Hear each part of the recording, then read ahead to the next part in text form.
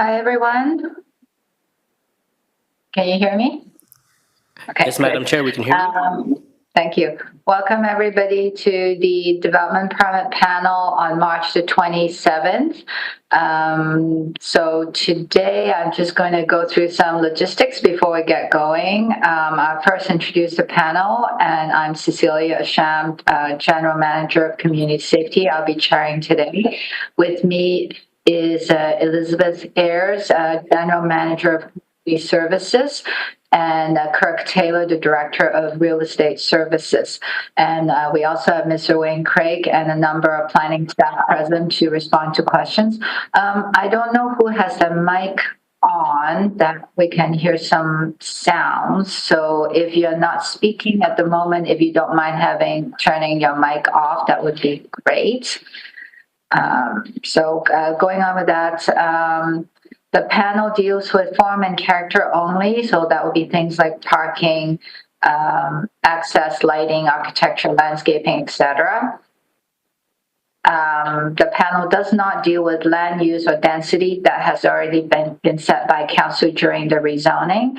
So today, we are still hearing noises. I'm not sure who has their phone, or I can't see anybody who seem to have their mic on, but anyways, just be mindful there's noises we can still hear. So where am I going? So first the agenda, if we could have a motion to adopt the minute from the previous meeting. One of the panel members, if you could make that motion, thank you. Seconding the motion, Ms. Ayers, thank you.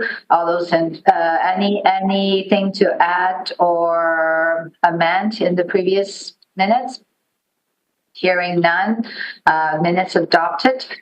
So today, there are two items on the development permit panel. The first item is from Formworks Architects, DP 22013081, and that's for a property located at 8740, 8760, 8780, and 8800 Spires Road, and that is for development permit to permit the construction of 36 townhouse units and 3 secondary suites.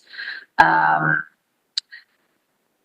the site is zoned RTP4, parking structure townhouses. So with that, we will turn that over to the proponent for the presentation, followed by staff comments and panel questions. So please go ahead and identify yourself and give us your address and go ahead. Good afternoon. My name is Norman Huth. I'm a architect and partner with Formworks Architectural in Vancouver. And with me is Kaylin Griffiths from PMG Landscape Architects, who will review the landscape portion of the proposal. I will share my screen.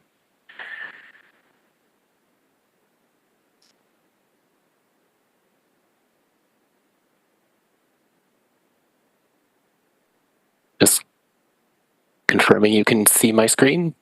Yes, thank you. All right. So again, it's a 36-unit townhouse project located at 8800 Spires Road at the corner of Spires Road and Cook Gate. This is just a view from the corner of Spires Road and Cook Gate, looking towards the southwest of the development.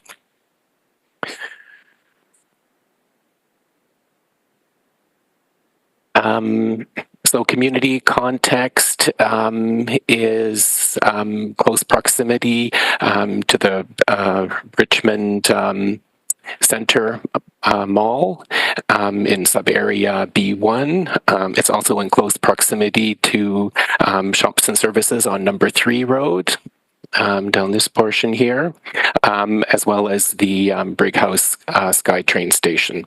Immediate context includes multifamily developments to the north. That's the new townhouse project that's under construction, as well as aging single-family houses to the north in this portion, and additional multifamily developments towards the east on Cook Gate. So here, this is an existing streetscape. This is an existing four-story development to the west of our site. This is the subject site on Spires Road. This is across the street on Cookie Gate. So this is the portion of the site here, Spires Road over here. And then the single-family houses across the street. And here you can see the beginnings of the construction for the new multifamily across the street. So the site is organized basically in 5 buildings on top of underground parking. So the entry to the site is coming in off of Spires Road, centrally located in this portion, with access to underground parking. And the parking is disguised by or hidden by the multifamily townhouse blocks around, with Building 1 in this portion. And Building 2 with the pedestrian entry at this portion here, which you have access through an entry lobby to the elevator and stairs, which lead you up to the courtyard. Amenity space, indoor amenity space in this portion, which spills out to outdoor space. And then additional Building 3 in this portion here, again hiding the parkade.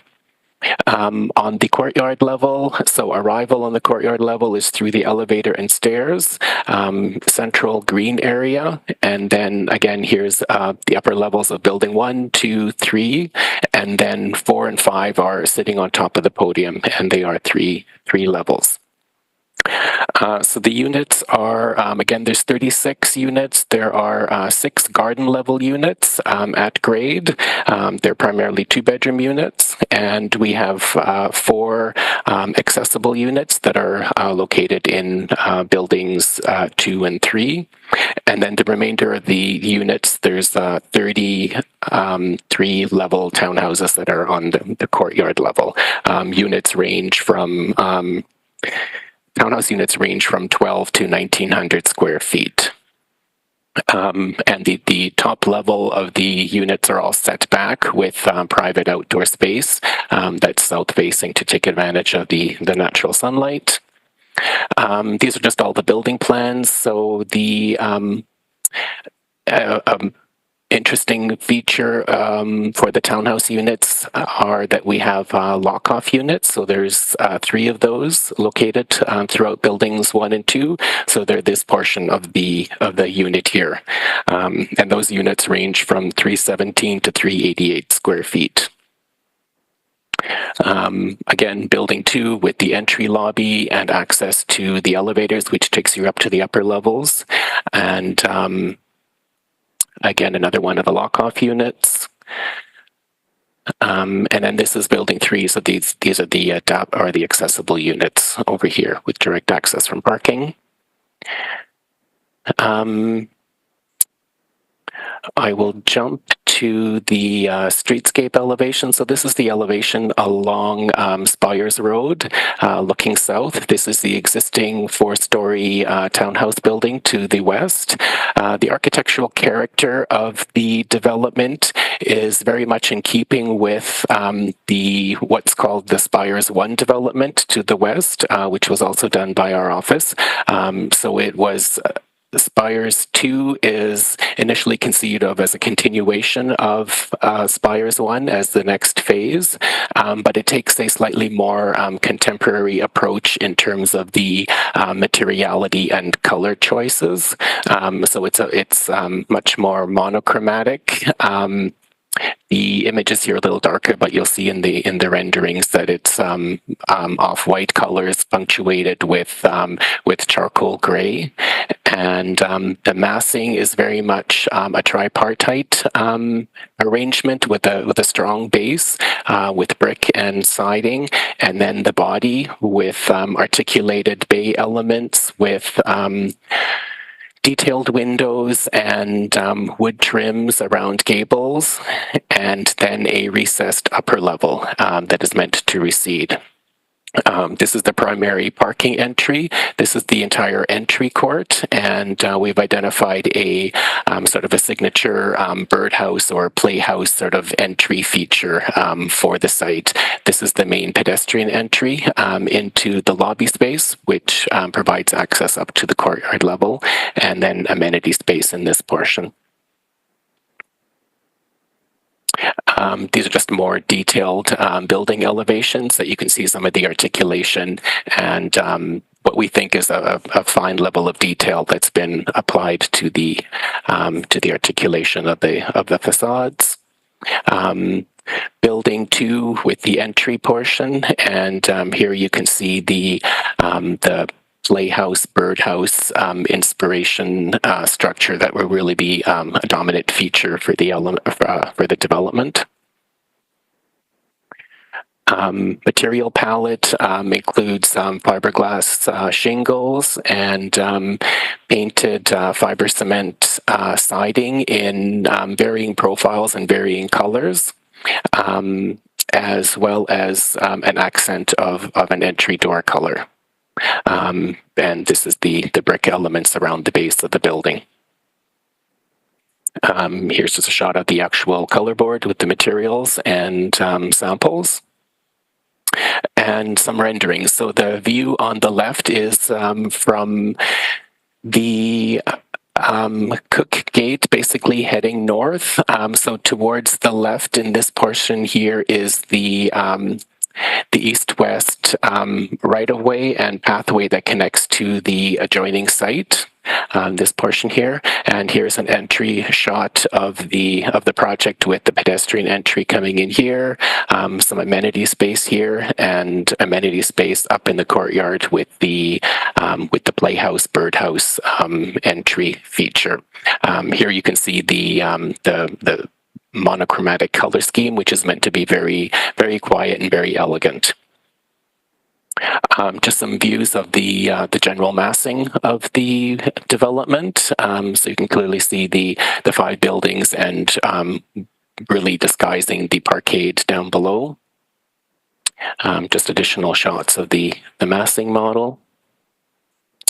And shadow diagrams, very minimal impact on the neighborhood. Just a quick recap of the accessibility units. So they are located in Building 2, and then there's 3 units located in Building 3. They all have direct access from parking. Each unit has a parking stall. The green spaces are the visitor spaces for the development, and the green elevator here shows the access up to the courtyard level. So arriving at the courtyard level, there's access to each individual unit for access, as well as access to outdoor amenity area in this portion, as well as this portion here, which spills into the central portion. Just to recap again of the accessible units, complying to all of the requirements of the BUH requirements of the city.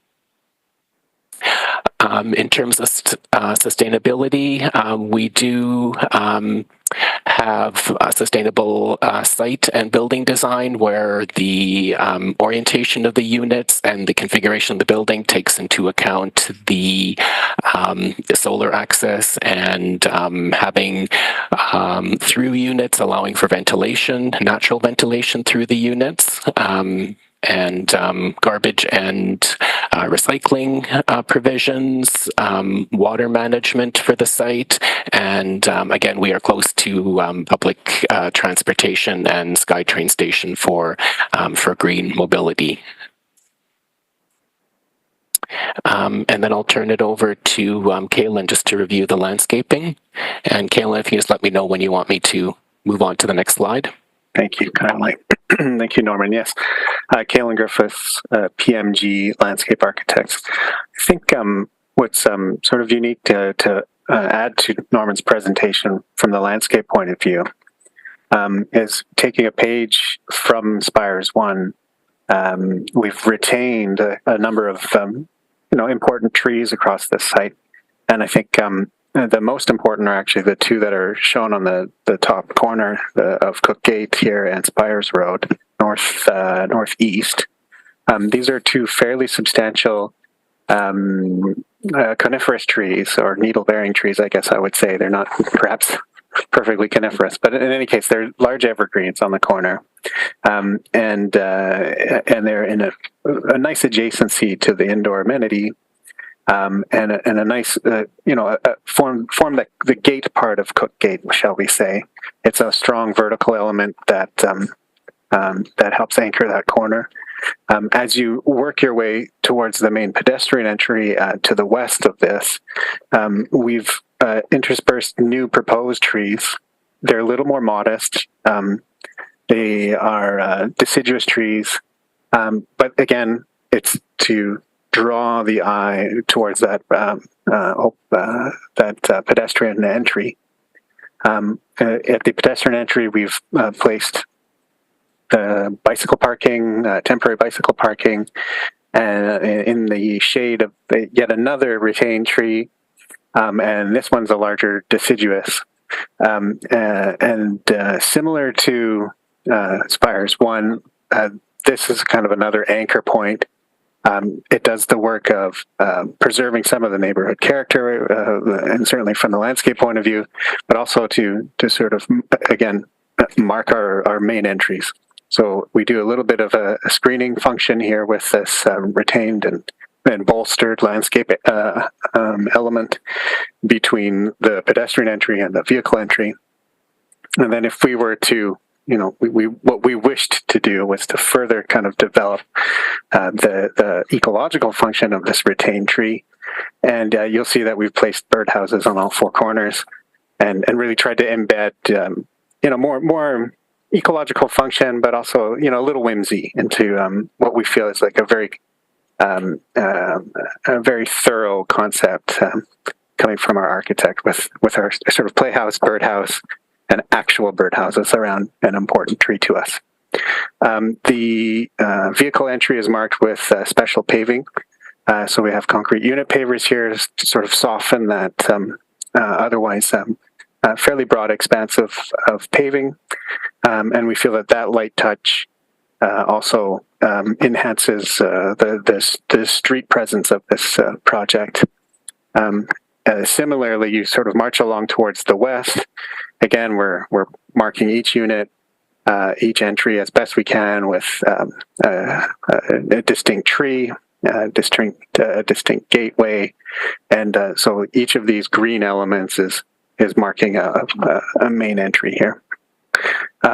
The the back of the lot, if you will, is also made green with a substantial evergreen low hedging. Well, not really a hedging. We should call it a mass planted evergreen broadleaf shrub, and that's to really create a nice green boundary here. We recognize, certainly from the previous experience with Spires 1, that in fact this has to be made safe from that point of view. So the low evergreens are outside of the eyesight, so it allows for a clear sight line across the back of the site here. But we also know from Spires 1 that people are using this pathway to walk the dog, to sort of circulate, get their step count in at the end of the day, and we feel like this connectivity across both spires through that pathway, which will be a future laneway, but at the present moment is being used in this sort of further circulation. So I think we're closing the loop here in a way that's bolstering both projects' usability from a pedestrian point of view. Not to belabor it too much. I think we could go to the second floor, Norman, if you please. So similar to our description, you round the corner, you come up through our pedestrian entry, and this is where we've placed our children's play area. And it sort of goes in and around a sort of interesting piece of architecture. You can go up here, and what we've used this sort of set of climbing steps to an upper level that sort of snakes around our staircase and birdhouse, if you will, or playhouse, is an embedded climbing feature, so that young children can use a little sort of a climb holds and get their way up the slope sort of acrobatically, but also we've embedded a slide here. So I think we're trying to make use as best we can with a kind of what otherwise would be a demerit. I think we've tried to embed it and make it more playful and more interesting. And so I think that's been quite successful, let's say. We've followed along with theme, and I don't want to make it too cheesy, but these are robin egg glue embedded play handholds. So we're trying to really play with also the children's imagination and understand that they're in close proximity with natural elements. So as best we can, we're trying to embed that. This play area is really designed around preschool aged children at this particular area. And that focus is understanding that the school is quite close by, and school age children will have a lot of access to say more extravagant play equipment. I think the other sort of important element at this upper level is that, again, we're able to mark many of the units with a tree. Soil volumes allow for a few trees, not one tree per unit, albeit, but we certainly are able to enrich this this sort of well, it's not quite a streetscape, but I think it's a pedestrian experience. Really, it's got a canopy that we can add to it. Again, we're using very strong climate and urban resilient plants in our plant list. And I think we're also embedding this environment with, again, nice texture in the form of concrete unit pavers and broadleaf evergreens. So you really have a full season's interest here. It should be noted we have a slightly, again, a slightly younger child's play area just a little bit to the south and between the buildings. This is a nice little nook, if you will. From our previous experience in speaking with the city, we understand that these areas are well positioned to be in proximity to help with supervision by adults. So you could sit in the seats quite close to these two play areas and do supervision of two different age groups or two different children or your neighbor's children, however you will. And there's sort of a grown-up space there too. So we've got these seating areas for supervisors. In the northeast corner, we have also one sort of last outdoor amenity space that's worth mentioning, and this is a little bit more geared towards older people, adolescents. We've got a little barbecue dining space. It's modest, but we've enclosed it with green. We've also sort of presented some form of a notional ceiling, if you will, with this sort of a possibility of string lighting across the top. And so it really, again, trying to work on this a little nook for people. And we feel like this is great for preteens and adults alike. And I believe maybe we should, yes, let's take a look at our play equipment. We've referred to some of these equipment pieces in the reference images. Oh, and I'd almost forgotten.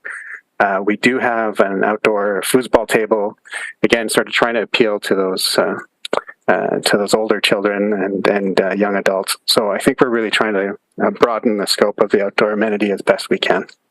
Outdoor lighting is also proposed here, as you can see. It is worth noting we've got bollard lighting and step lighting in key points. This ground-based lighting is also full cutoff, and if I remember correctly, yes, indeed they are dark sky certified fixtures, so you won't have glare and light pollution affecting both the human and natural environment here. I think our final slide, is there one? Or That's it, actually. That's it? Oh, okay. Yeah, sorry. That's quite all right. I invite your questions. I think that concludes my portion of the presentation. Thank you. I think we will now follow with staff comments before the panel asks questions, please. Thank you, Madam Chair. Just a couple of comments. This project is intended to achieve energy level step code 3 with low carbon energy systems for heating and cooling. There is a servicing agreement required as part of this application for frontage works and site services. I'd just also like to take the opportunity to commend the applicant and the design team for the retention of the trees along the frontage, the inclusion of the 4 single-story accessible units, and there is also 3 secondary suites involved in the overall project as well. Happy to answer any questions. Thank you. I'll open up to panel questions first. Elizabeth or Kirk, anything? Want to go, Kirk? Yeah, go ahead, Elizabeth. I just had a question around I'm not entirely clear on the landscaping. In front of the individual units, is it intended to be grass space? And if yes, is there actually enough sunlight between the building and the trees for that grass to be successful? It was hard for me to tell, and I asked because I lived in a townhouse complex where it was very difficult to maintain because it was so small, and then they got shaded out and it was an ongoing maintenance issue. Thanks for the question. I think your intuition is correct, and in fact, no, we aren't proposing any lawn in direct association with the individual units. I will say though that at the corner under the retained trees, the conifers, we have maintained lawn there, and part of that decision comes from the fact that there's lawn to begin with, and what we don't want to do is cause any undue disturbance to those trees. So we thought it prudent to not propose planting in close proximity, but rather to just leave well enough alone. So indeed, that will see some change on light levels based on the building being constructed. However, we feel the light touch is the best touch, and we're just going to leave the lawn alone, at least for the time of the construction, and certainly in the close time after construction. Yeah. Okay. Well, and yes, thank you for leaving the trees that you have. I think that is commendable for sure. That's all I have. Kirk? Okay, I just I have one or two little questions. On the building materials, so most of the products on the exterior are not of non-wood products. Is that correct? Yes. So it's brick, and it is a cementitious siding. And fiberglass. That's shakes. Is it on the roof? Yes. Okay. Good. One clarification too. I'm not sure if this was a 38-unit development, but it seems like on the PMG drawings that I'm reading, it's saying 38 unit. I believe that it's a 36-unit count. Is that correct? 36 units. Yes, that's correct. Yes, I just noticed that as well. Okay. No, just no minor detail, I think. But then the lighting, Kaylin, you talked about lighting, and as far as external lighting, is there up in the soffits? Or is that not? I think we've all seen the examples where people light up soffits in certain bits of construction with some lights that seem to be very bright at night. So, is there lighting up top? We don't have lighting in the soffits. Each entry door has a light fixture, and then, as Kaylin mentioned, there is an entry monument at each entry from a landscape perspective, and there's low-level lighting in there. And then at grade along the south right-of-way that we have that runs east and west, we have light fixtures on the building just to illuminate that walkway and to provide security at night. Excellent, thank you. Okay, I guess I'll ask a couple. I think you just answered one of my questions about the lighting along the south perimeter. So there is some lighting so that it's safe and you can see all the way down the through shot. Okay, perfect. On the tree retention, congratulations on keeping the trees. One of the questions I'm asking, there are a couple of trees that you're also retaining or protecting from the adjacent neighbor's site. So is there any provisions, this might be a staff question too, any provision to ensure that when the neighboring site redevelop or that those trees will actually be protected and survive? Is there any provisions made for that? Through the chair, in terms of the off-site tree that's being retained, it is on the site to the south. That site is actually part of an existing application. The tree retention will be reviewed as part of that application. I would say, however, that there is long-term intentions to put a lane along the south side of this site, which may make the retention of that tree very difficult. Okay, thank you. A couple more comments. One is, I understand that there's extra parking, as in parking that is beyond the minimum requirement. Generally, is not necessarily a good thing, but in this neighborhood, it might very well be a good thing, given so much complaint about parking and such. So, I would say extra parking is a good thing in this. And one of the things that it's a wish list, just take it into advisement, the birdhouse feature on the design. I enjoy the presentation about how playful it can be or intended to be, but when you show the rendering, it's in that very somber color.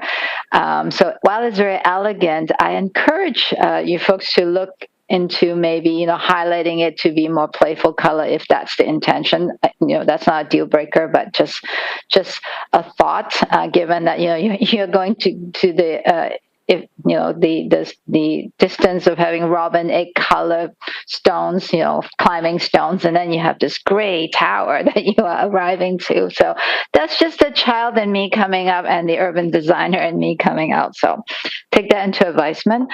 With that, I guess I will ask if there is any letters or any people present in the chamber. Mr. Clerk?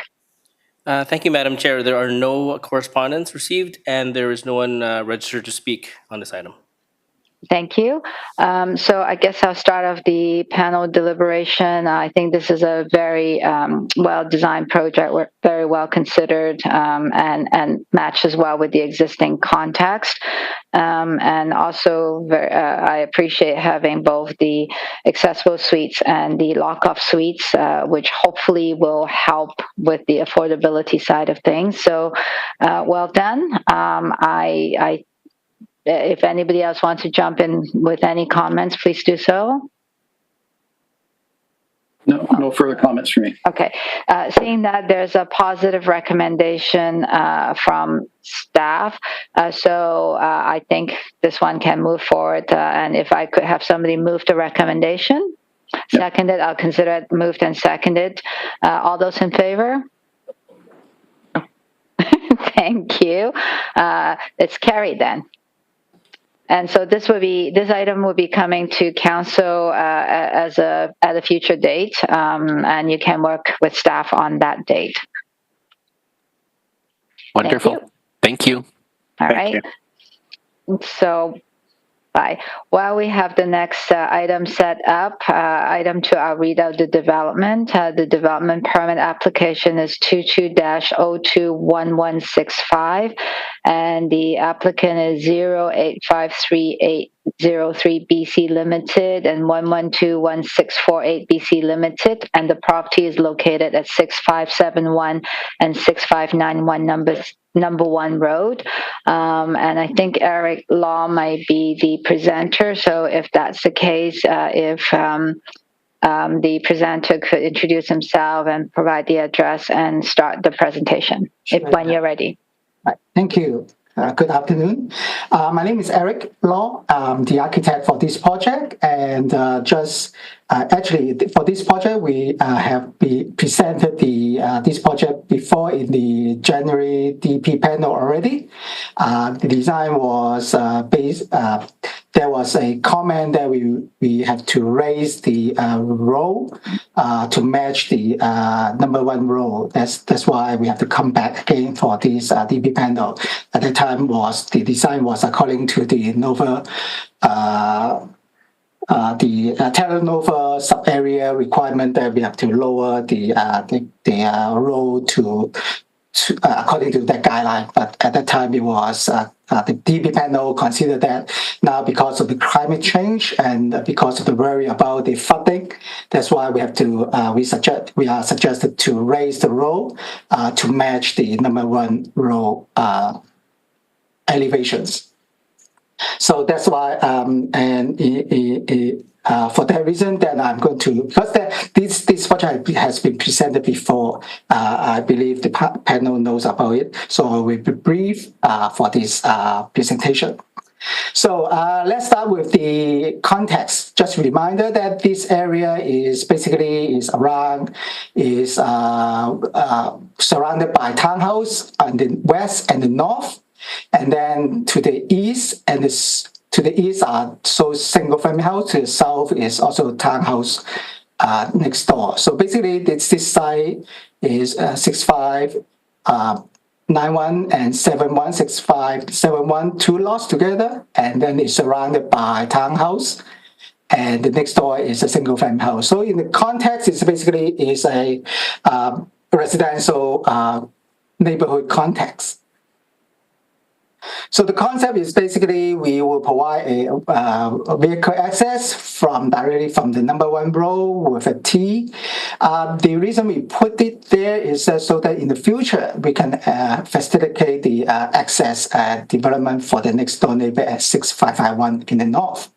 And the massing is basically matching the context with 3-story townhouse surrounding the next door neighbor, and then those 2.5-story high duplex form facing number 1 row. So, and in terms of the physical form, you can see that the image that is along the number 1 row is basically a sort of duplex form single family house which match the next door neighbor, and with the access to from the number 1 row back into the central drive aisle with the townhouse next to it. And the overall massing is that you got a 3-story townhouse north, in the south, in the west. So you got the row next to the 6551, and then go around it with our townhouse project in the middle. And then you can see from the south side with that approach. And then if you there's another view that you got the idea of the building massing, that they've got 4 unit at the back and the 4 unit at the front. Private backyard on the next to the townhouse project at the west. So in terms of the layout, we got 8 units on this project, 2 facing number 1, and then 4 facing the west, which is townhouse next door neighbor. So, but because of the floodplain level, we are not allowed to put any residential unit on the ground level. Because of the floodplain level, we are only allowed to put parking on the ground level. That's why you can see that once you come in, basically is parking at the first level, and then we put all the living space, all the mechanical space on the second level, living and dining area.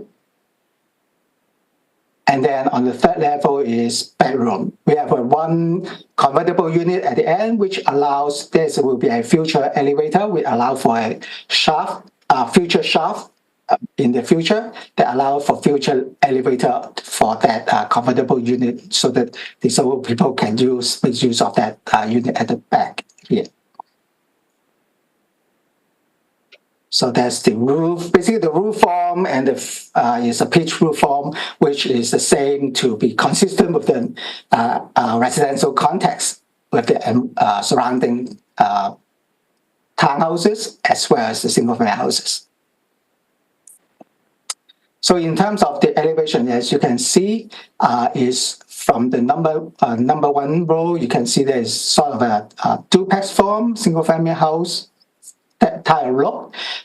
Ground floor will be finished with brick, and the rest will be finished with hardy siding.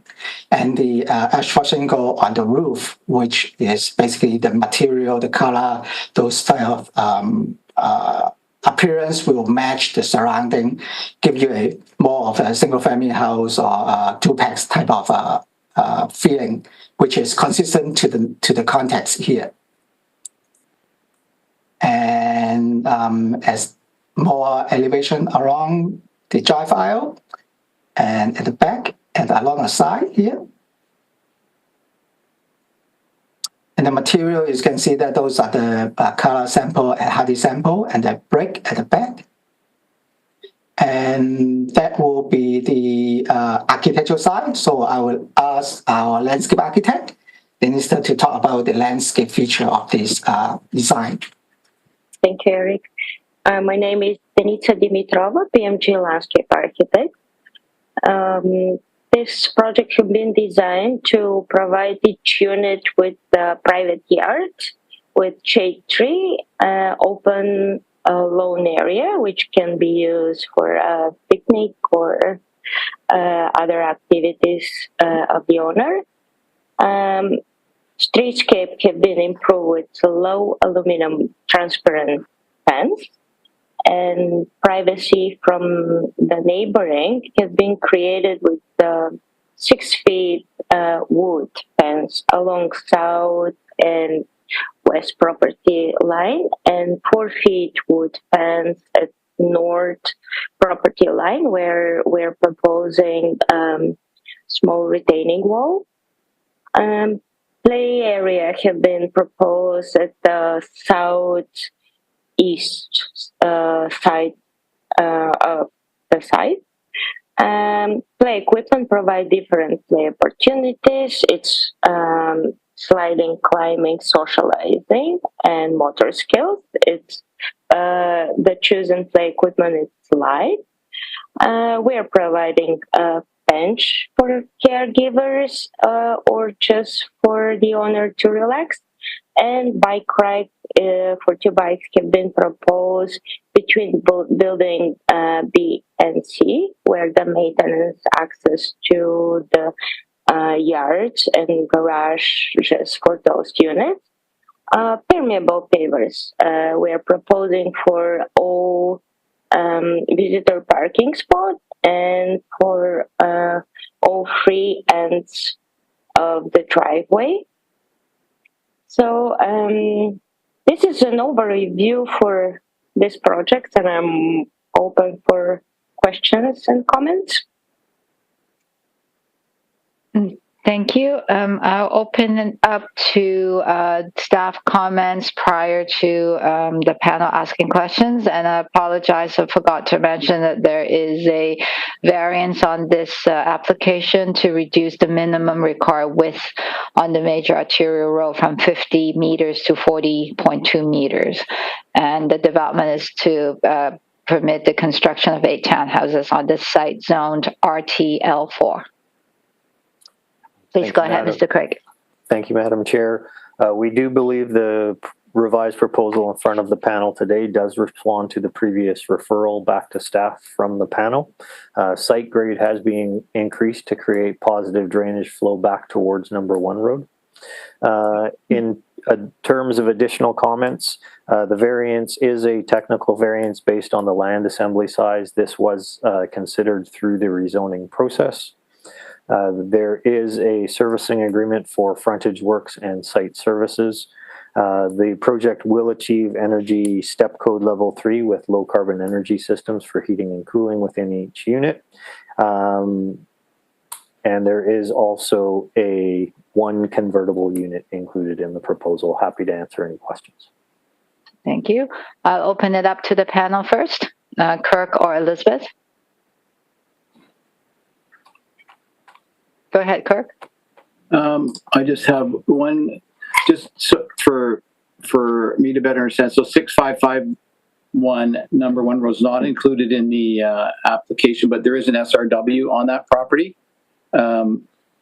It's for the future, I take it. And I just on the drawing, would that area include the area that currently has a structure on it, on that home? Through the chair, in response to Mr. Taylor's question, there is the intent 6551, the property to the north, is not part of this application. That would be part of future rezoning application. The project before you today will provide driveway access to that site, and there will be a statutory right-of-way secured over the driveway on this site so that it could be used for access when the site to the north redevelops. Okay, very good. Thank you. Elizabeth?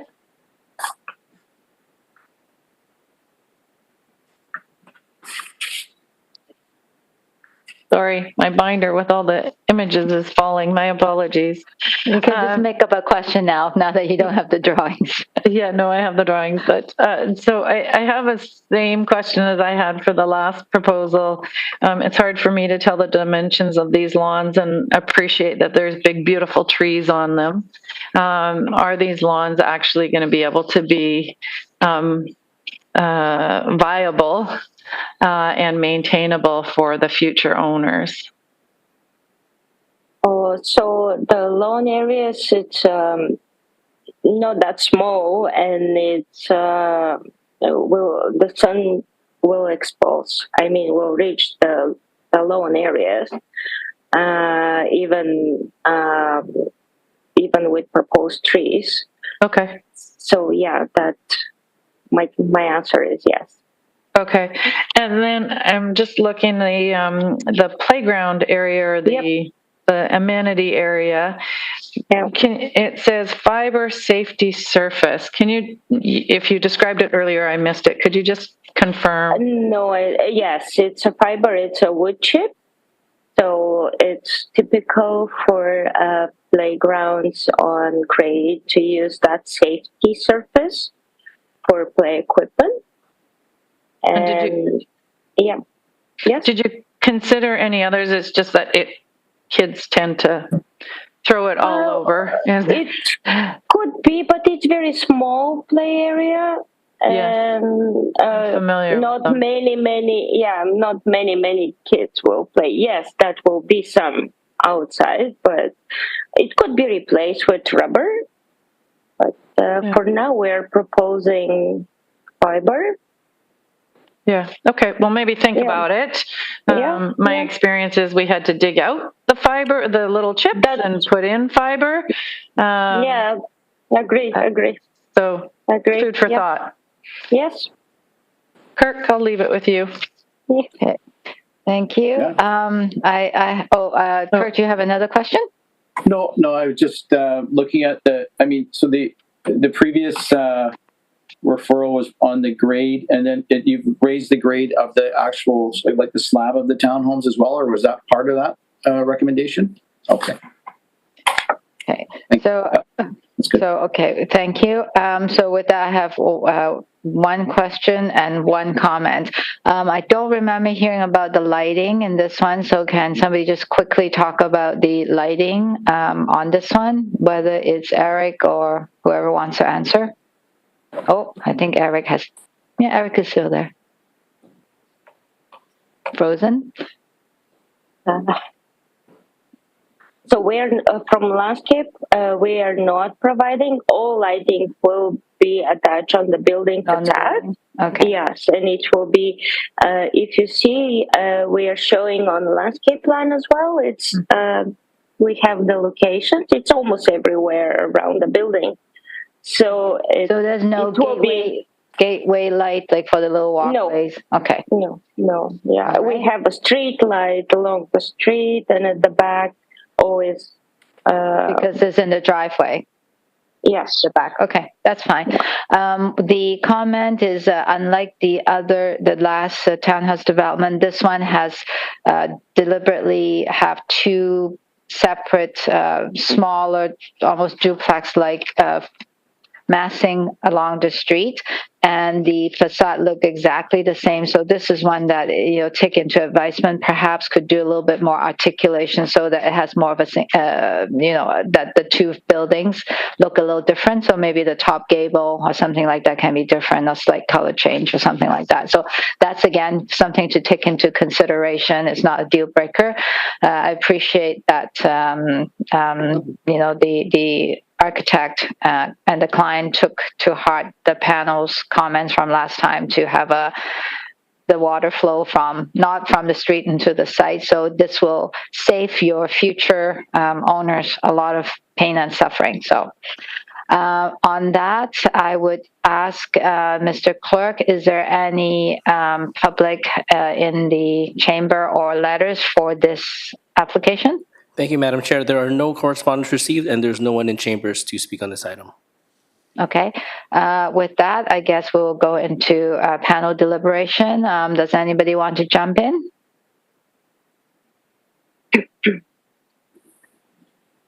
have no further questions. Okay. Elizabeth? No. Okay. Again, there's a positive recommendation on the table. With that, I would ask somebody to move the recommendation. Kirk, thank you. Elizabeth? Second. Second, thank you. All those in favor? Perfect. Thank you. So, Eric, wherever you are, if you're still here.